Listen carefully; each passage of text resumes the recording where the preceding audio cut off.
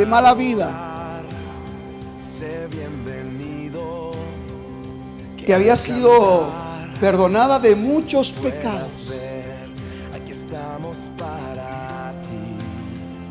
Y esta mujer estaba tan agradecida a Jesús por su liberación y perdón de pecados, que entró en una casa donde ella no había sido invitada. Simón el fariseo invitó a Jesús, y a veces teníamos que preguntarnos de qué manera invitamos al Señor.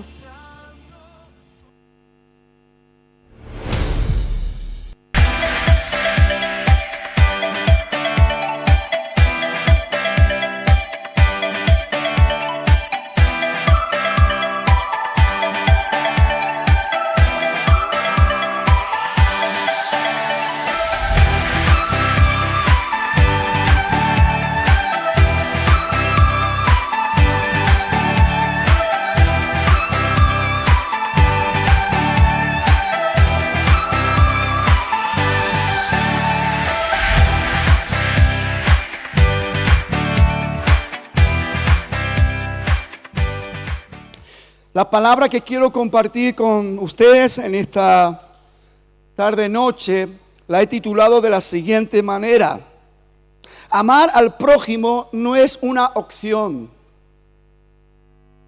Quisiera, con la ayuda del Señor en esta noche, poder meditar en esto que Dios ha puesto en mi corazón de una manera pues lo más acertadamente posible. Sería bueno que no nos distraigamos y no dejemos volar nuestra mente. Ahora es necesario. Amar al prójimo no es una opción, es un santo deber. Quiero que entiendan esto, es un santo deber de cada hijo de Dios, de todos los que hemos sido redimidos por la sangre preciosa del Cordero. Tenemos que entender que tenemos que dar un testimonio digno de aquel que se entregó, se dio por todos nosotros por amor. Él nos amó tal y como éramos, llenos de pecado, llenos de inmundicia, pero nos amó. ¿Y cómo nos amó? Que entregó, dio a su hijo unigénito, por amor a ti, por amor a mí. Y ahora es importante. Dice que en una conversación Jesús hizo callar a los saduceos y no sabían muy bien cómo responderle. Dice que un fariseo, intérprete de la ley, intervino ahí, queriendo tentar a Jesús, y entonces le hizo una pregunta. Y esa pregunta es la siguiente, y la encontramos en Mateo 22, 36 en adelante. Maestro, ¿cuál es el gran mandamiento en la ley? Jesús le dijo: amarás al Señor tu Dios con todo tu corazón y con toda tu alma y con toda tu mente. Este es el primero y gran mandamiento. Y el segundo es semejante: amarás a tu prójimo como a ti mismo. Iglesia amada, yo quiero que en esta noche tomemos conciencia de lo que representa. Yo creo que este gran mandamiento es el que hace el enlace entre el primer pacto y el segundo pacto en la sangre de nuestro Señor Jesucristo. ¿Sabe? Jesús mismo hizo referencia a que oíste que fue dicho ojo por ojo y diente por diente, mas yo os digo. Y sabe, ese gran mandamiento es como que no corresponde al contexto de la ley. Es como que es la antesala o el trampolín al tiempo de la gracia. Amarás al Señor con toda tu alma, con todas tus fuerzas, con toda tu mente. Y el segundo es semejante: amarás a tu prójimo como a ti mismo.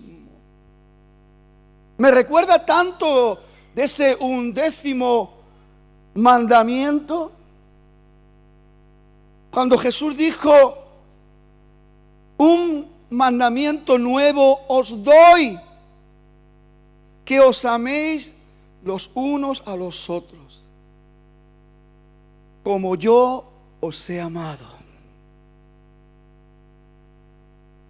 No es cualquier cosa. Muchas veces leemos, ni tan siquiera nos paramos a considerar ni a meditar la importancia de lo que estamos leyendo, de la enseñanza que estamos recibiendo. Y sabe, es un error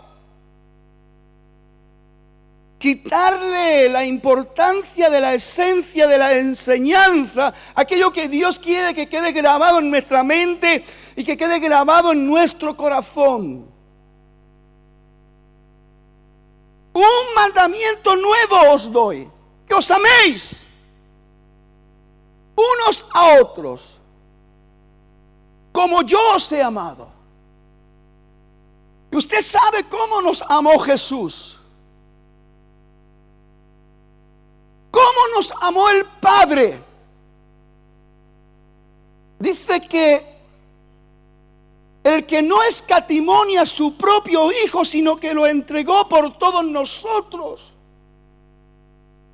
Dice, ¿cómo no nos dará juntamente con Él todas las cosas? Estamos en una dimensión importante. Y de hecho creo que Dios está teniendo un trato. Creo afirmativamente que Dios está teniendo un trato con su iglesia. Un trato que tiene que ver con nuestras relaciones.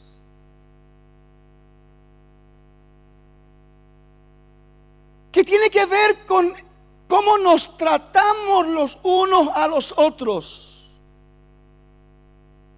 Indiscutiblemente tengo la convicción de que Dios ha encendido un fuego de avivamiento. Y en medio de ese fuego de avivamiento hay un proceso de purificación. Pero para eso hay que acercarse, hay que meterse, para que la obra de Dios sea efectiva. Y meditando y orando estos días, Dios me daba la convicción de que estamos en un proceso que Dios ha comenzado en nosotros para mejorar nuestras relaciones y mejorar el trato que tenemos unos con otros.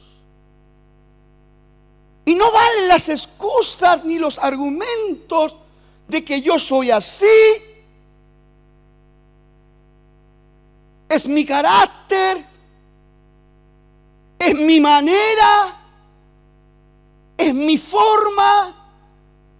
Yo siempre digo, cuando me doy cuenta que no llego, pero veo que tengo la santa obligación de llegar,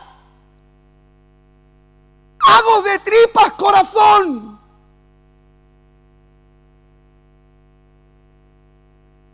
Para conseguir llegar a donde Dios me está mostrando, enseñando de que tengo que llegar.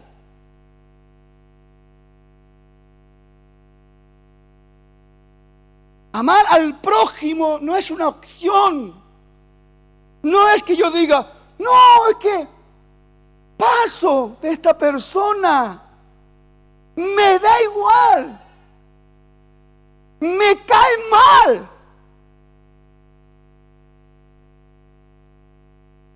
Ya no diríamos cuando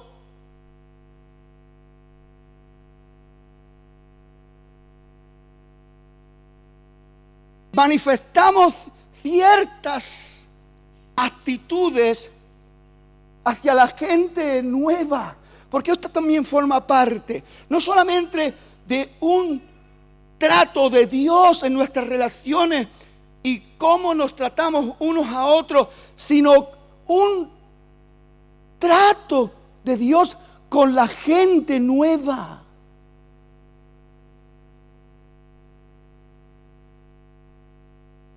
Siempre digo que tenemos que tener una sensibilidad especial para mostrar la gracia de Dios a la gente que viene todavía en la ignorancia del conocimiento de Dios. Y no podemos caerle como puros religiosos para empezar a marcarle las pautas religiosas de cómo tiene que vestir, cómo tiene que venir, cómo tiene que hacer. No cometamos esos errores. Ese es el trabajo del Espíritu Santo.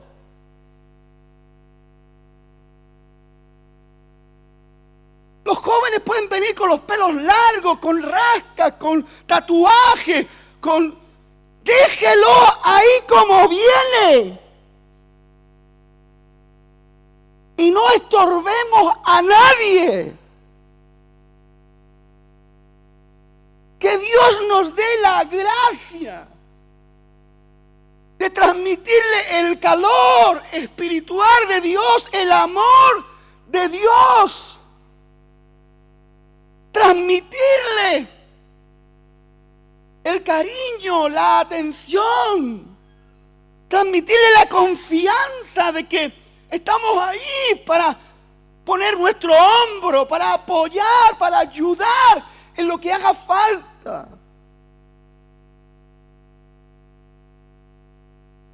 La iglesia tiene que tener una sabiduría especial. Hermano, en este tiempo de avivamiento, nos van a llegar personas de todo tipo.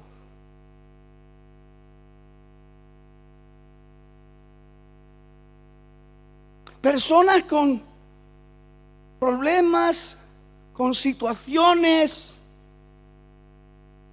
Personas que han estado viviendo en el pecado asiduamente. Pero que vamos a ver milagros donde la gente va a ser tocada, va a ser transformada. Porque, hermanos, podríamos preguntar, ¿quién es mi prójimo?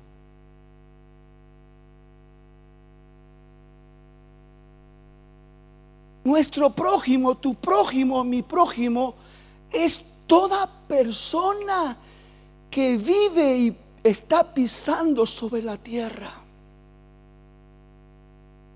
Es fácil amar a nuestra esposa. ¿Sabe que mi esposa es mi prójimo? Y es fácil amar o no.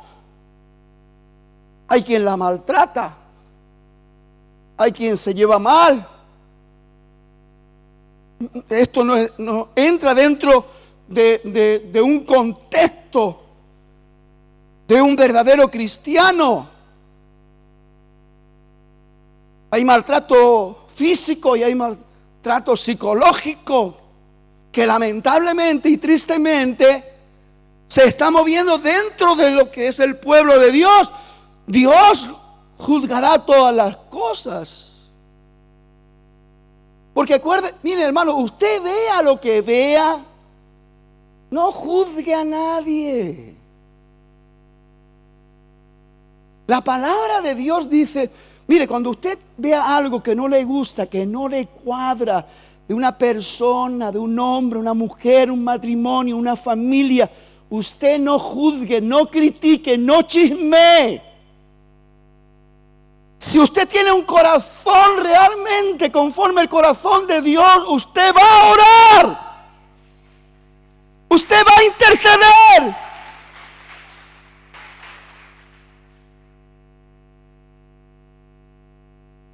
No juzguéis, porque con la medida con que juzguéis seréis juzgados. Muchas veces no nos gusta lo que vivimos, lo que experimentamos, las cosas, pero es que nos metemos en berenjenales y no nos damos cuenta que es una siembra mala, una mala siembra. Y acordémonos lo que está escrito en Gálatas, que no nos engañemos, Dios no puede ser burlado. Todo lo que el hombre sembrare, eso mismo segará. Pues seamos consecuentes con esto. Mi prójimo es mi esposa, son mis hijos, mi prójimo es cada uno de ustedes, pero mi prójimo también es cualquier persona que anda por la calle.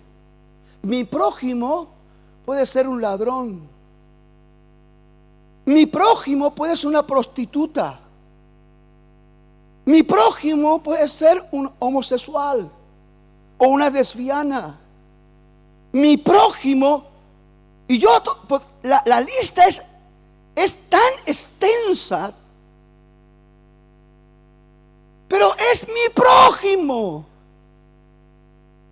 Y yo no puedo sacudirme la responsabilidad que la misma palabra de Dios me da y me confronta. Amarás a tu prójimo como a ti mismo. Aquí hay alguien que se aborrezca. Aquí hay alguien que se maltrata, se da de porrazos contra la pared. No lo digo para ministrarlo, para orar por usted, para no, ¿verdad? Ha sido libre, gloria a Dios. Yo sé que, pero es eso, hermano. Van a venir un montón de gente que van a necesitar sentir que aquí hay una relación sana, hermosa, de atención, cariño.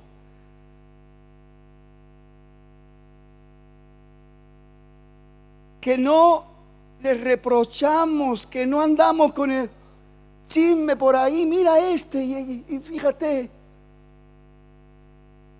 A veces ni tan siquiera estamos pensando en la obra transformadora de Dios, y en nuestra mente tenemos, es que esa era de la mala vida. Pues gloria a Dios, porque vino a la buena vida. Gloria a Dios.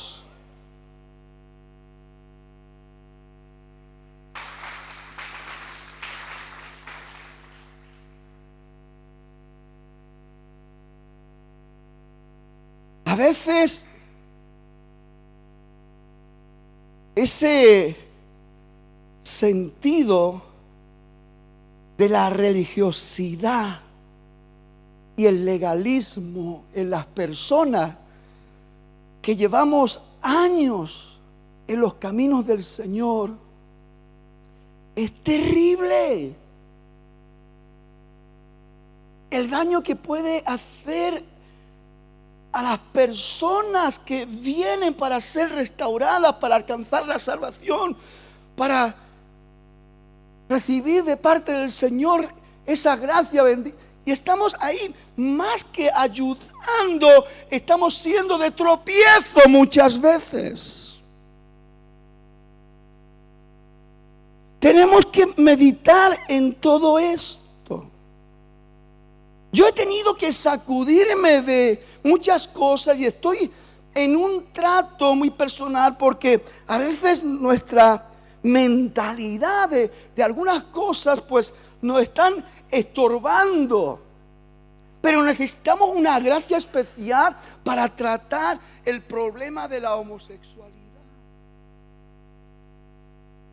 Que se den cuenta que amamos a esa persona. Que sienta que la amamos. No es que comulguemos con el pecado, pero no deja de ser mi prójimo. Y tengo la santa obligación de amarle. Por no decir la santa bendición, porque tendría que ser la santa bendición. Que yo no sintiera ningún resquemor en mi corazón hacia ninguna persona por el tipo de pecado que está. ¿Sabe una cosa, queridos hermanos? No hay un infierno especial para los asesinos, para los terroristas. No hay un infierno especial para las prostitutas o para cualquier tipo de pecado que nosotros lo calificamos como tan graves. No hay un infierno especial para el adúltero, el fornicario. Es el mismo infierno que también va a recoger a los religiosos hipócritas.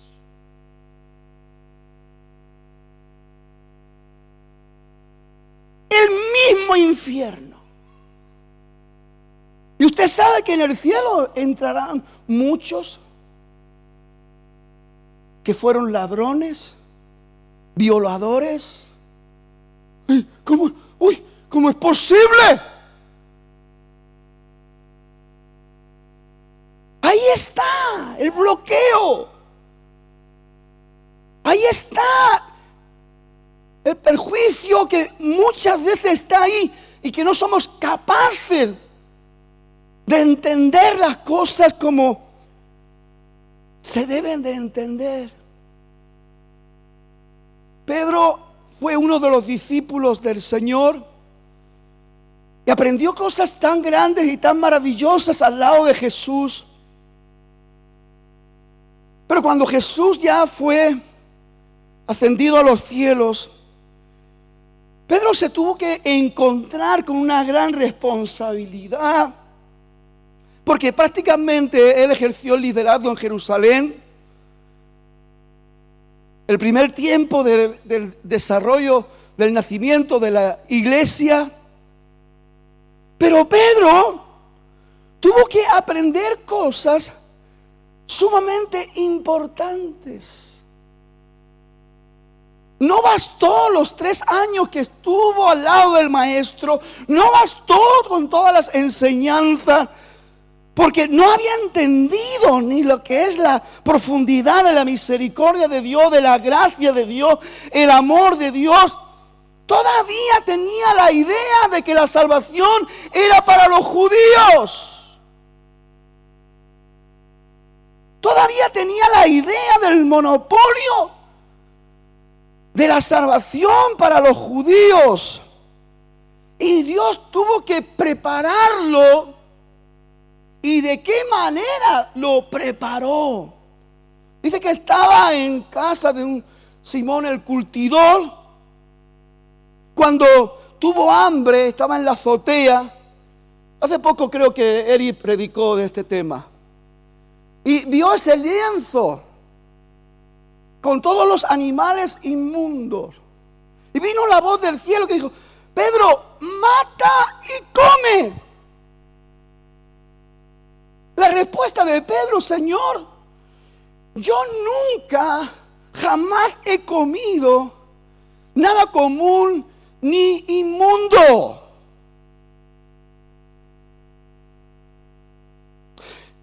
Dios estaba teniendo un trato con Pedro para que abriera los ojos, para que ensanchara su corazón, para que se diera cuenta que la salvación era para todo el mundo. Judíos, griegos, gentiles, para de toda lengua, de toda nación, de toda cultura, para todos. Pero Pedro no asimilaba esto.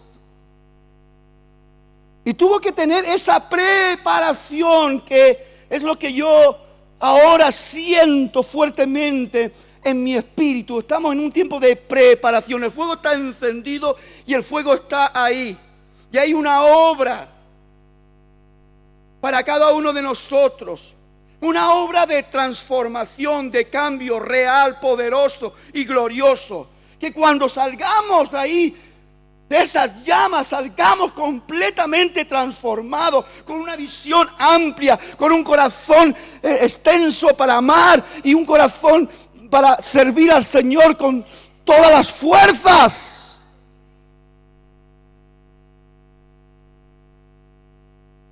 Pedro, lo que yo he limpiado, no lo llames tú común ni inmundo. Dios estaba dándose cuenta de lo que estaba pasando en la vida de Cornelio, este centurión romano, y cómo él oraba, y cómo él daba limosna, y cómo este hombre buscaba a Dios, y cómo estaba hablando de Dios a una gran multitud. Y Dios preparó para que él enviara a buscar a Pedro. Y el Señor, en ese tiempo de preparación, cuando le dijo: lo que yo he limpiado, no lo llames tú común ni inmundo. Prepárate para esta nueva aventura. Y es lo que tenemos que concienciarnos. Hermano, basta ya del ritualismo, basta ya de las costumbres de venir a hacer, ir, adorar, cantar dentro de un contexto que tendríamos que preguntarnos si está más del lado religioso que del lado de la explosión espiritual.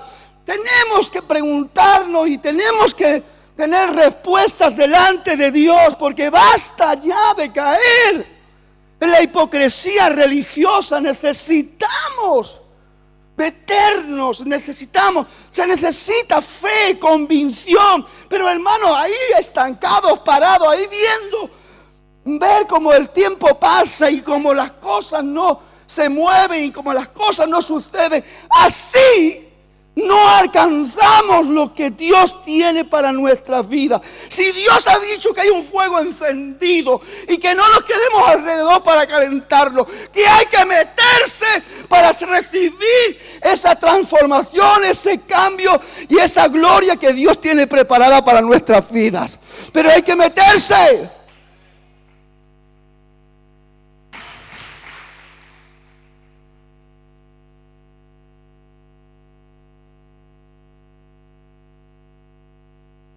Una vez en la casa de Cornelio, aclarando todo lo que Dios preparó para ese encuentro maravilloso, Pedro se quedó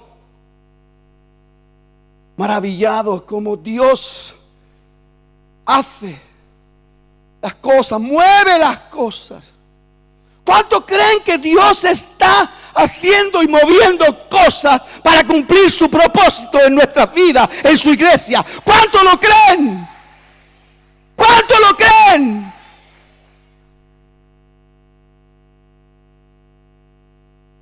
Hechos 10, 34 y 35. Voy a saltarme unos versículos, pero voy a ir a este ahora. Dice: entonces Pedro, cuando ya Cornelio le explicó todo lo que había sucedido, la experiencia y cómo lo mandó llamar, porque el Señor le dijo hasta el lugar, el sitio donde tenía que ir a buscarlo. Y cuando ya Cornelio le dice: estamos aquí para escuchar lo que Dios quiere hablar a través de ti. Entonces Pedro, abriendo la boca, dijo: en verdad comprendo que Dios no hace acepción de personas, sino que en toda nación, dice, sino que en toda nación se agrada del que teme y hace justicia. Toda nación. Después ya sabemos lo que sucedió. Incluso estaban ahí los judaizantes, los que estaban oprimiendo a los nuevos creyentes, para que se mentalizaran de que los gentiles que querían convertirse tenían que circuncidarse. Es un invento, un carro nuevo, algo que Dios no dijo ni enseñó, pero ya se estaba ahí, tergiversando, ya se estaba ahí, dañando la esencia del evangelio, del amor de Dios. Tenemos que mirar cómo tiene que ser nuestro trato con las personas. Y nunca olvidemos que nuestro trato con todas las personas, creyentes y no creyentes, judíos, griegos, gentiles, tiene que ser un trato de amor. Nuestro corazón tiene que sentir esa virtud de la esencia del amor de Dios.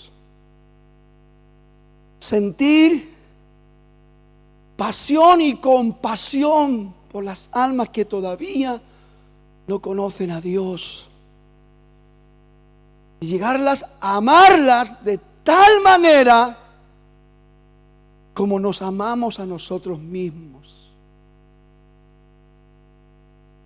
Disponernos para atender, cuidar, apoyar, sostener.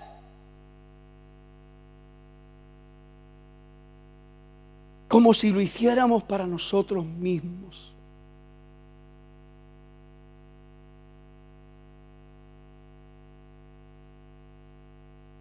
Juan 3:16.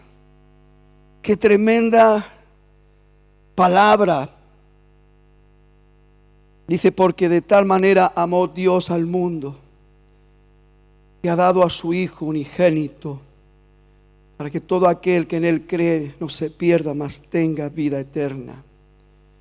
Porque no envió Dios a su Hijo al mundo para condenar al mundo, sino para que el mundo sea salvo por Él. El apóstol Pablo, dentro de esta misma visión, dentro de esta misma comprensión de la verdad, de la obra de Dios en las personas, del amor de Dios por las personas, dice en Tito 2:11, porque la gracia de Dios se ha manifestado para salvación a todos los hombres, sin afección, sin ningún tipo de afección, enseñándonos que renunciando a la impiedad y a los deseos mundanos, vivamos en este siglo sobria, justa y piadosamente.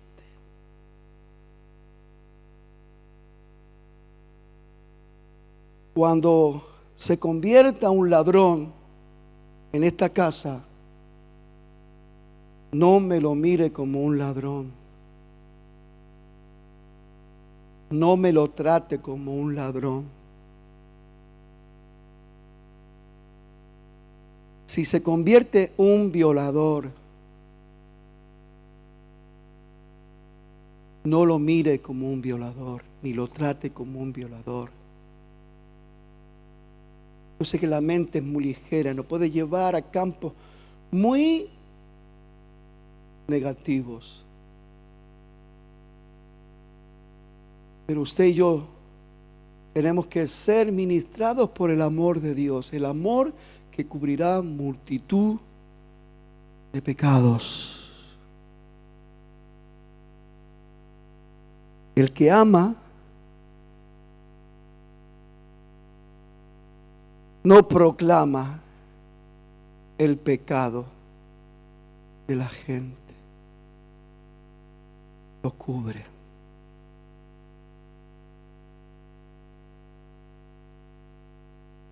Porque tiene la esperanza de que la obra de Dios sea plena y completa en esa persona.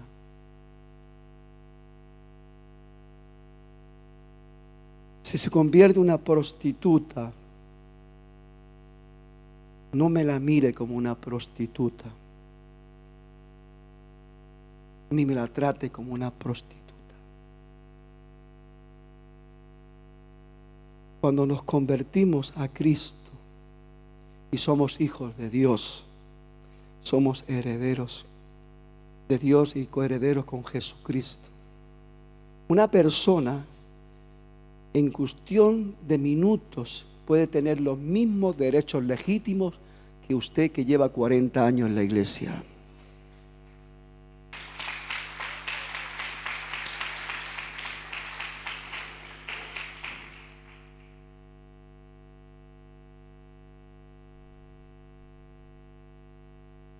El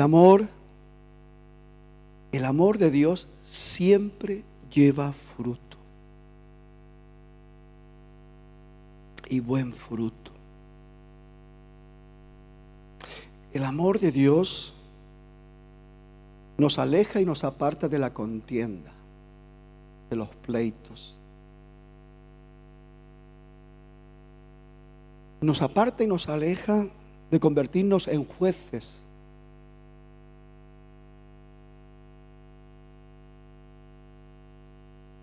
O en verdugos. Por eso Jesús: no juzguéis, porque con la medida con que juzgáis seréis juzgados. No condenéis, para que no seáis condenados. Perdonar y seréis perdonados. Dar el mejor trato, dar el mejor cariño, la mejor atención, dar. La gente que viene zarandeada, golpeada. Mire, a veces cuando se sabe la historia de una persona, uno se da cuenta de que la vida le ha golpeado duro. Y no se trata de justificar el pecado, ni se trata de justificar las cosas mal hechas. Pero tenemos que considerar que la vida no nos trata a todos de la misma manera. Hay personas que han sido traumatizadas de una manera tremenda y muy fuerte, y eso le ha levantado una serie de problemas en el carácter, en la conducta y en las actitudes, y se han manifestado con una maldad o con una rebeldía y para cometer pecado y hacer las cosas de lo mal, lo peor. Pero si Dios le ama y si Dios tiene su corazón abierto para perdonar sus pecados y darle la dicha de ser su hijo, ¿quién somos nosotros para estorbar? El no tener una mente, una conciencia de quién es nuestro prójimo, nos puede llevar a distinciones, a hacer cosas que con otras personas no lo haríamos, pero con estas sí. Entonces no estamos teniendo ni la mente ni el corazón de Cristo. El Señor realmente no hacía distinción para nada y para nadie. Él podía decir: el que a mí viene, yo no lo echo fuera. El que a mí viene, yo no le doy una patada en el culo. ¡Ay!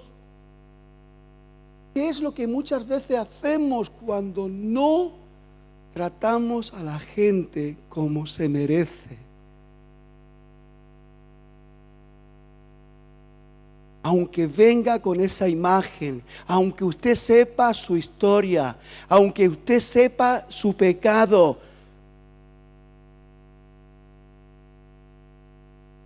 la gracia de Dios en el corazón de un verdadero hijo de Dios tiene que mostrarse. ¿Cómo?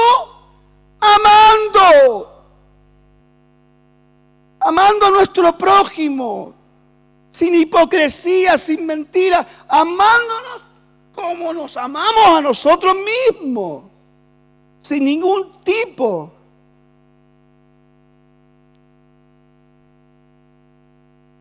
Vamos a terminar con esto. Dice, el amor de Dios siempre tiene un fruto hermoso. Hay una historia que también hace poco creo que alguien la predicó por aquí. Una mujer